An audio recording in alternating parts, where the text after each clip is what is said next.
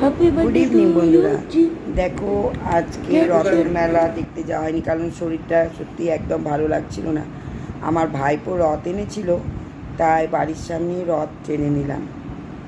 আর তোমার দাদা একটু গ্রামের বাড়ি গেছে, ওই জন্যে একা একা রথ দেখতে যেতে ভালোও লাগে না। দেখো আমার ছেলের প্রজেক্টের কাজ আছে, ক্যালকুলেটর বানাতে দিয়েছিল স্কুল থেকে। এই দেখো ক্যালকুলেটর বানিয়ে নিয়েছে।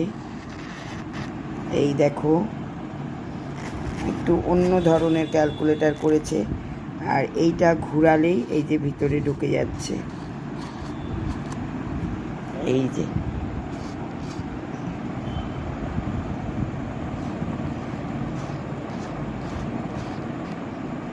আর সারা দুপুর বসে বসে এইসবই করেছে, কারণ স্কুলে প্রচণ্ড হোমওয়ার্ক প্রজেক্টের কাজ দিয়েছে, সেই জন্য সারা দুপুর ঘুমোতে পারিনি। এইসবই করেছে। প্রজেক্টের কাজ শেষ হয়েছে, এখন দেখো বসে বসে হোমওয়ার্ক করছে। আমি আমার ছেলের কাছে বসে আছি, ও একা একা বসে থাকবে, তাও সারা দুপুর একা একাই বসে করেছে এসব।